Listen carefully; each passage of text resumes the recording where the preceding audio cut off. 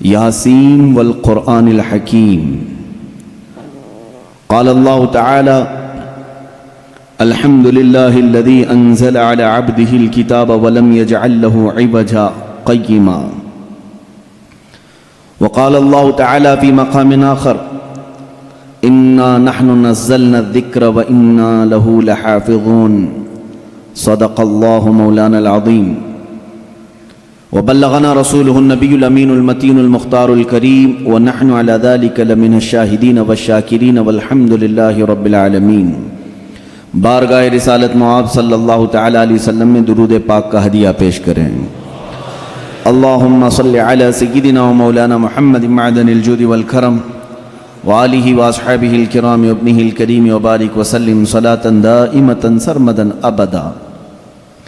عزیزان گرامی وقار، آج کی اس محفل پاک میں ہماری زندگی کا دستور حیات جو اللہ تعالیٰ نے ہمیں عطا کیا ہے، ایک لا بلکہ ایک پوری مکمل زندگی کا ضابطہ، جسے ہم قرآن عظیم کہتے ہیں، اسی مکمل ضابطۂ حیات اور اس دستور حیات والی کتاب کے متعلق کچھ باتیں عرض کرنے کی کوشش کروں گا. ظاہر سی بات ہے، دنیا میں جو بھی چیز ہے اس کے استعمال کے طریقے بنانے والا خود ہی بتاتا ہے. کوئی بھی مشین اگر بنتی ہے تو اس کے ساتھ ایک بکلیٹ ہوتی ہے کہ اس کے استعمال کرنے کے طریقے کیا ہیں. آپ کوئی بھی گاڑی خرید کر کے لائیں تو اس میں بھی لکھا جاتا ہے کہ اس کے فنکشنز کیا کیا ہیں، فیچرز کیا کیا ہیں. تو ہر مشین اور ہر آلے کے استعمال کرنے کی چیزیں بنانے والا خود اس کے ساتھ دے دیتا ہے. اسی طرح میرے عزیزو، تمام جہاں کے انسانوں کو پیدا کرنے والے خالق نے انسان کی پیدائش سے لے کر موت تک کیسے جینا چاہیے، کیسے رہنا چاہیے، اس کے لیے جو ضابطہ بنایا ہے وہ قرآن بنا کر نازل فرمایا ہے. ہماری زندگی کا مکمل دستور اس میں لکھا گیا ہے. یہ اور بات ہے کہ قرآن سے آج خود ہماری امت بہت پیچھے جا رہی ہے. یاد رکھنا ایک بات، اقبال نے کہا تھا، گر خواہی مسلمان زیستن نیست ممکن جز بقرآن زیستن. اگر تم چاہتے ہو کہ مسلمان ہو کر کے جیو تو یہ بات ممکن ہی نہیں ہے کہ قرآن چھوڑ کر کے جی سکو. قرآن کے بغیر تمہاری زندگی ہی نہیں ہے، تمہارا وجود ہی نہیں ہے. یوں سمجھ لیں کہ جتنا زندہ رہنے کے لیے ہوا پانی کھانے کی ضرورت ہے، اسی طرح تمہارے ایمان اور اسلام کے زندہ رہنے کے لیے قرآن اتنا ہی ضروری ہے. بنا قرآن کے تمہاری زندگی نہیں. قرآن ایک ضابطۂ حیات صرف مسلمانوں کے لیے نہیں. اگر لوگوں کی تعصب کی اینک نکل جائے تو میں کہتا ہوں یہ سارے جہاں کے انسانوں کے لیے ضابطۂ حیات ہے. پورے دنیا کے انسانوں کے لیے، چاہے وہ آج کسی بھی دین سے تعلق رکھتے ہوں، ان سب کے لیے قرآن ضابطۂ حیات ہے. قرآن بتاتا ہے جینے کے سلیقے کیا ہیں، کون سی چیز تمہارے جسم کو فائدہ پہنچا سکتی ہے، کون سی چیز نقصان پہنچا سکتی ہے. اب میں آپ کو بتاؤں، گاڑی کسی نے بنایا اور آ کر کے آپ مجھ سے سوال کر رہے ہیں اس گاڑی میں کیا ڈالوں. میں تو آپ سے یہی کہوں گا گاڑی بنانے والے سے پوچھو، وہ زیادہ بہتر جانتا ہے. عزیزان گرامی، آج یہی حال ہمارا ہے. ہمیں پوچھنا یہ چاہیے تھا کہ میرے جسم کا نظام کون سی غذاؤں سے بہتر چلے گا. اے مولا تو ہی بتا، اس لیے کہ تو نے مجھے بنایا ہے. اور اللہ سے پوچھنا ہو تو قرآن کھولنا ہوگا. اس مولا نے بہت پہلے ہی تمہیں سارے ضابطے بیان کر دیے.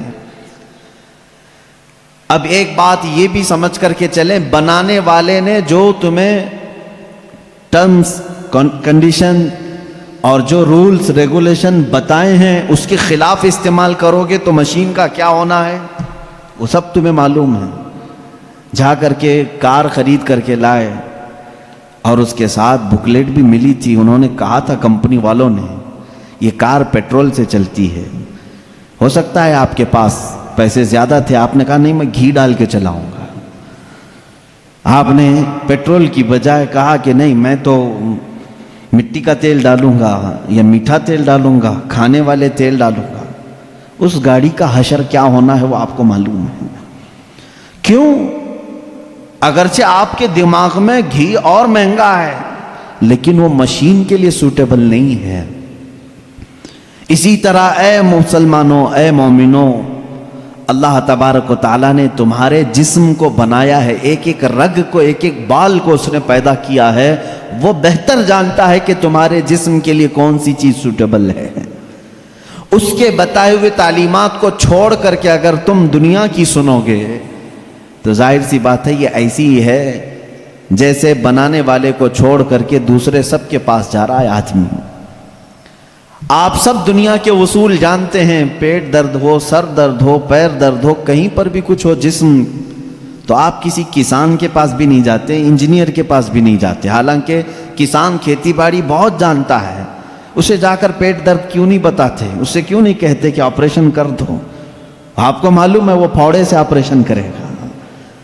انجینئر کے پاس آپ نہیں جاتے اپنے جسمانی بیماریوں کو دکھانے کے لیے, اس لیے کہ آپ کو معلوم ہے امراض جسمانی سے جس کا تعلق ہے وہ ڈاکٹر ہوتا ہے, اسی سے پوچھنا چاہیے کیونکہ وہ ہمارے جسم پر ریسرچ کر چکا ہے.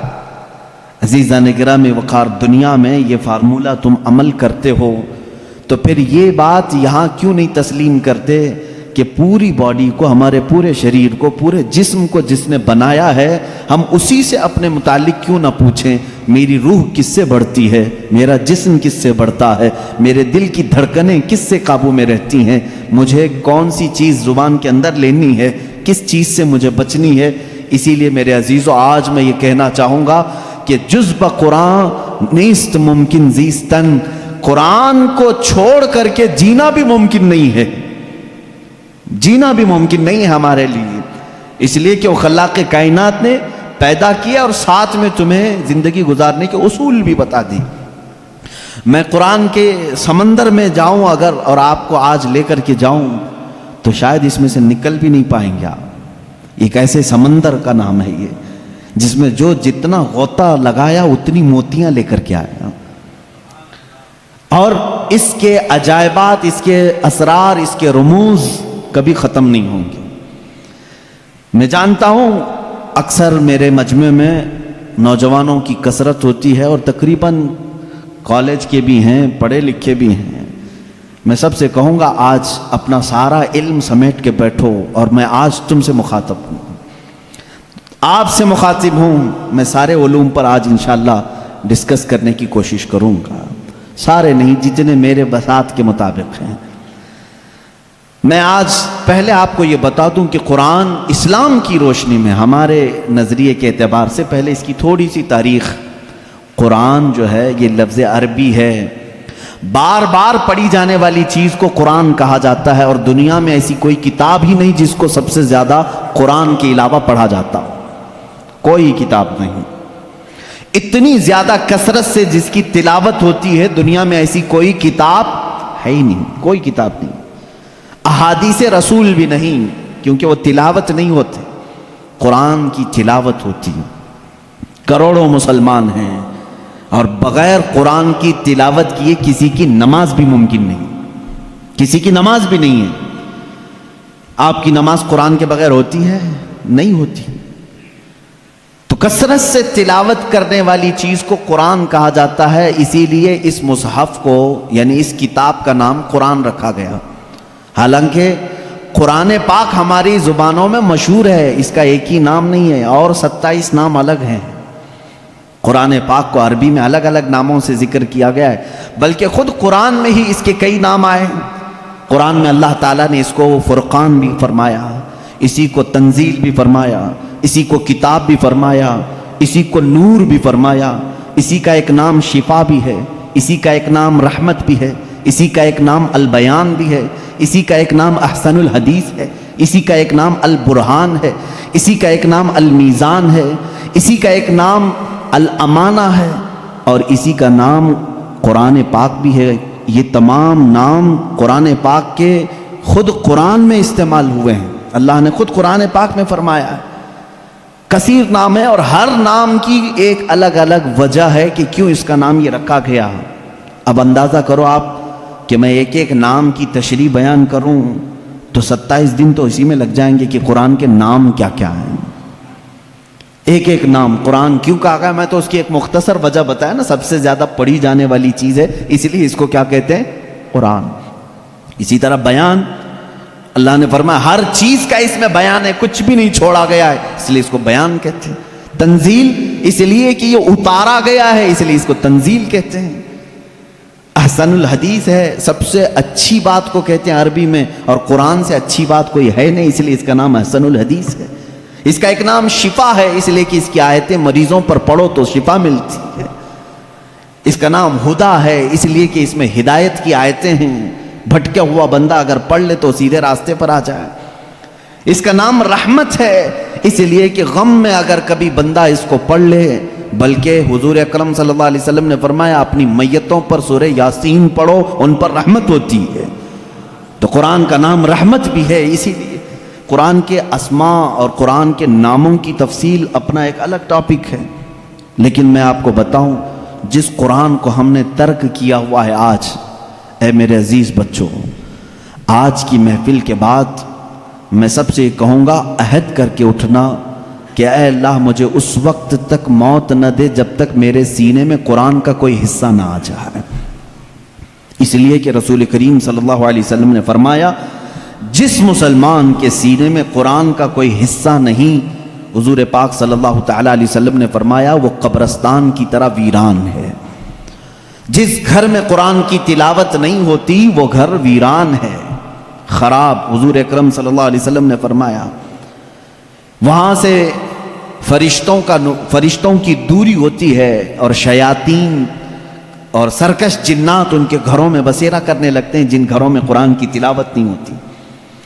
قرآن کا ایک حصے سے مراد چند آیتیں، چند سورتیں بھی اگر تمہیں یاد ہیں، انشاءاللہ العزیز آپ اس کی فضیلت کے ساتھ قیامت کے دن شفاعت کے مستحق بھی ہوں گے.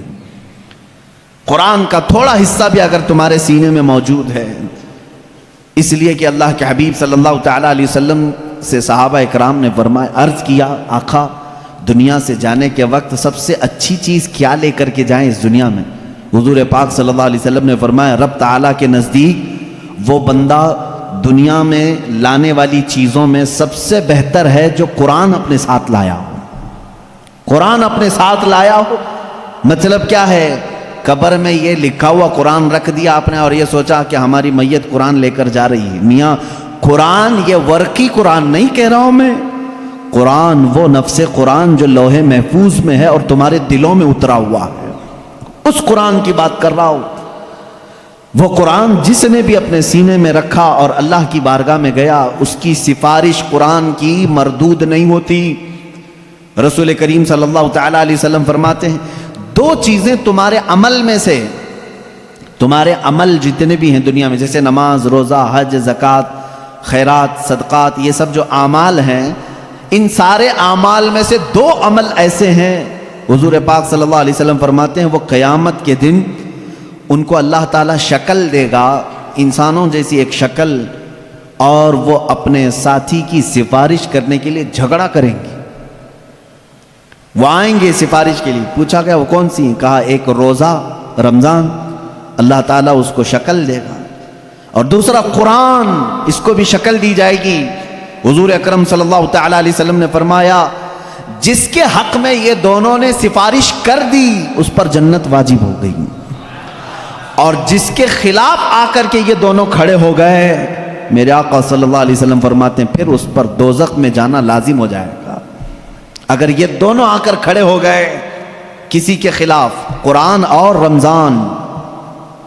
رمضان کہے گا کہ مولا میں اس کے گھر جاتا تھا، اس نے بے حرمتی کی ہے، میری بے عزتی کی ہے، میں جب جاتا تھا تو یہ بے حیائیاں ویسے ہی کرتا تھا، میرا ادب و احترام کبھی نہیں کیا اس نے. اگر رمضان ہمارے خلاف کھڑا ہو گیا اور قرآن اگر یہ کہہ دیا کہ مولا کبھی اس نے مجھے اپنے سینے سے نہیں لگایا، کبھی میری آیتیں تلاوت نہیں کیا، اس کو آج معاف نہ کیا جائے، رب تعالیٰ ان دونوں کی سفارش اس حق میں بھی قبول کرے گا اور دوزخ میں بھیجے گا۔ اللہ کے رسول صلی اللہ تعالیٰ علیہ وسلم جو سید المعصومین ہیں، بخشے ہوئے ہیں، وہ دعا یہ کرتے تھے، اللہم اجعل القرآن حجتا لنا لا حجتا علینا، اے اللہ قرآن کو قیامت کے دن ہمارا سفارشی بنا، ہمارے خلاف مقدمہ کرنے والا نہ بنا۔ اندازہ کرو رسول کریم صلی اللہ تعالیٰ علیہ وسلم جب یہ دعا فرماتے تھے، اس قرآن کو تم ہلکا نہ سمجھو۔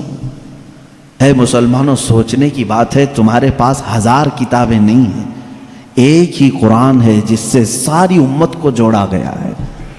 اور حد تو یہ بھی ہے، اسلام میں اسلام کے نام پر 70 سے زیادہ فرقے بنے، بہت فرقے بنے، ہر صدی میں کچھ نہ کچھ فرقے جنم لیتے رہے اور مرتے بھی رہے، آج بھی ہیں 70 سے زیادہ فرقے پائے جاتے ہیں، بلکہ خود شیعوں میں 70 فرقے ہیں، خوارج میں الگ فرقے ہیں، ان کے علاوہ اور دوسرے فرقے جیسے قادیانی ہیں، بدعقیدہ ہیں، جو اسلام کی کچھ نہ کچھ بنیادی چیزوں سے انحراف کرتے ہیں۔ لیکن میں آپ کو بتاؤں، تقریباً جتنے اسلامی فرقے ہیں سب کا اتفاق ہے کہ قرآن یہی ہے، کوئی اور نہیں۔ یہ 30 پارے جو قرآن کے ہیں اس پر سب کا اتفاق ہے۔ یہ بھی قرآن کا ایک معجزہ ہے، دوسرے سارے مسئلوں میں اختلاف چل رہا ہے، لیکن قرآن کا الف لام میم سورہ فاتحہ سے شروع ہو کر والناس پہ ختم ہونے میں تقریباً سارے فرقے اس کو تسلیم کرتے ہیں۔ شیعوں کا ہمارا اختلاف ہے، اہل حدیث سے اختلاف ہے، دیوبندیوں سے اختلاف ہے، رافضیوں سے اختلاف ہے، قادیانیوں سے اختلاف ہے، لیکن جا کر کے سارے مکاتب فکر میں آپ دیکھیں سب کے ہاں یہی قرآن پڑھا جاتا ہے، یہی قرآن ہے۔ اسی لیے میں کہتا ہوں ایک قرآن ہے، لیکن اس امت نے اس کو اتنا بوجھل کیوں سمجھا ہے، اس کو اتنا بھاری کیوں سمجھا ہے، جبکہ وہ مولا اسی قرآن میں یوں فرماتا ہے، ایک بار نہیں 4 بار فرما رہا ہے، وَلَقَدْ يَسَّرْنَا الْقُرْآنَ لِلذِّكْرِ فَهَلْ مِن مُدَّكِرٍ، ہم نے قرآن کو یاد کرنے کے لیے آسان بنایا ہے، ہر کوئی یاد کرنے والا، اور وہ اتنا آسان ہے، اتنا آسان ہے۔ میں نے خود دیکھا ہے کہ وہ بچے جن کو ابھی سوجھ بوجھ بھی نہیں آتی، سمجھ بوجھ بھی نہیں آتی، وہ بھی جب قرآن یاد کرنے لگ جاتے ہیں تو ان کے سینوں میں قرآن اتر جاتا ہے۔ جب میں خود قرآن حفظ کرنے کے لیے نکلا تھا، ہماری عمر 11 سال کی تھی، بہت سارے معاملات سمجھ میں نہیں آتے تھے، لیکن ہم نے تیزی سے یاد کیا، اللہ کا فضل تھا، ہمارے ساتھ کچھ ایسے بھی تھے جن کو 2+2 کیا ہوتا ہے یہ بھی نہیں معلوم تھا، لیکن وہ 30 پارے کے حافظ تھے۔ دوسری چیزوں میں اگرچہ ذہن کند ہو، لیکن قرآن ایک معجزہ ہے جو یاد کرنے والے کے سینے میں اتر جاتا ہے۔ ہاں، یہ اس کے ساتھ نہیں جاتا جو اس کو بھاری سمجھتا ہے، جو اس کو بوجھل سمجھ کر کے چھوڑا اس کے ساتھ نہیں جاتا، اور جو اس سے محبت کیا اس کے سینے میں بہت آسانی سے اترتا ہے۔ میں نے تو محسوس کیا ہے، ہمارے ساتھ ایسا بھی ہوتا رہا ہے، استاد بیٹھے ہوئے ہیں سنتے رہتے تھے، ایک دن کا اتفاق ایسا ہوا کہ خبر یہ لگی کہ کل شاید استاد آنے والے نہیں ہیں، موج مستی کرتے ہیں سارے، کل کا تو سبق چھٹی ہے، کچھ یاد نہیں، کیونکہ پہلے ہی معلوم ہو گیا استاد نہیں آنے والے ہیں، اور صبح 8 بجے سے کلاس چلتی تھی، 9 بجے تک نہیں آئے تو پکا ہو گیا کہ آئیں گی، کلاس بند کر کے نکلنے ہی والے تھے کہ استاد سامنے نظر آ گئے۔ سب کو کہا بیٹھو، میری کوئی چھٹی نہیں ہے، میں تاخیر ہو گیا تھا، بس مؤخر ہو گیا تھا۔ اب سبق سنانے کے لیے جس کو بھی بلایا جائے، ظاہر سی بات ہے جو سختیاں ہوتی تھیں، کہاں سے رات کو یاد نہیں کیے، صبح یاد نہیں کیے، سامنے اچانک سننے کے لیے۔ ایسے عالم میں میرا خود کا تجربہ بھی ہے، کئی ہمارے ساتھیوں کا بھی تجربہ ہے، قرآن پر ہاتھ رکھا، دل سے کہا اللہ کا کلام ہے، اتر جا جلدی سے، بس اور کچھ نہیں۔ شاید 10 منٹ لگے ہوں، 15 منٹ لگے ہوں، قرآن کے 2 صفحے یاد ہو جاتے تھے۔ جتنی جلدی پانی ہضم نہیں ہوتا اس سے جلدی قرآن یاد ہوتا تھا۔ کر کے تو دیکھا ہوتا آپ نے، کر کے تو دیکھا ہوتا۔ شروع میں شیطان بہت ورغلاتا ہے، بہت بہکاتا ہے، یاد کرنے نہیں دیتا، اور بھگاتا ہے، لیکن جو جم گیا تو پھر قرآن ہی اس کا مددگار بھی ہوتا ہے، قرآن اس کا مددگار ہوتا ہے۔ اب میں چند حدیثیں آپ کو بتاؤں کہ قرآن کہاں تک تمہاری دوستی نبھاتا ہے۔ پہلی بات، کچھ لوگ ڈر کر کے چھوڑے ہوئے، ہم تو پڑھ ہی نہیں پاتے تھے، اس پر بھی میں آج ایک حدیث پڑھا، حضرت عائشہ صدیقہ رضی اللہ تعالیٰ عنہا سے مروی ہے، فرماتی ہیں رسول کریم صلی اللہ تعالیٰ علیہ وسلم نے فرمایا الماہر فی القرآن، جو قرآن کا ماہر ہے، یعنی اچھی تجوید میں تلاوت کرتا ہے اور اس کے معنی بھی سمجھتا ہے، سب سمجھتا ہے، حضور اکرم صلی اللہ علیہ وسلم نے فرمایا قیامت کے دن وہ معزز محترم فرشتوں اور انبیاء کے ساتھ ہوگا۔ جو ماہر ہے قرآن میں، جو قرآن اچھے سے تلاوت کرتا ہے، یہاں تک تو بات ٹھیک ہے۔ آگے میرے آقا صلی اللہ علیہ وسلم فرماتے ہیں والذی یقرأ القرآن یتتعتع فیہ وعلیہ شاق فلہ اجران او کما قال رسول اللہ صلی اللہ علیہ وسلم۔ میرے آقا فرماتے ہیں اور وہ بندہ جو اٹک اٹک کے پڑھتا ہے، اس کے لیے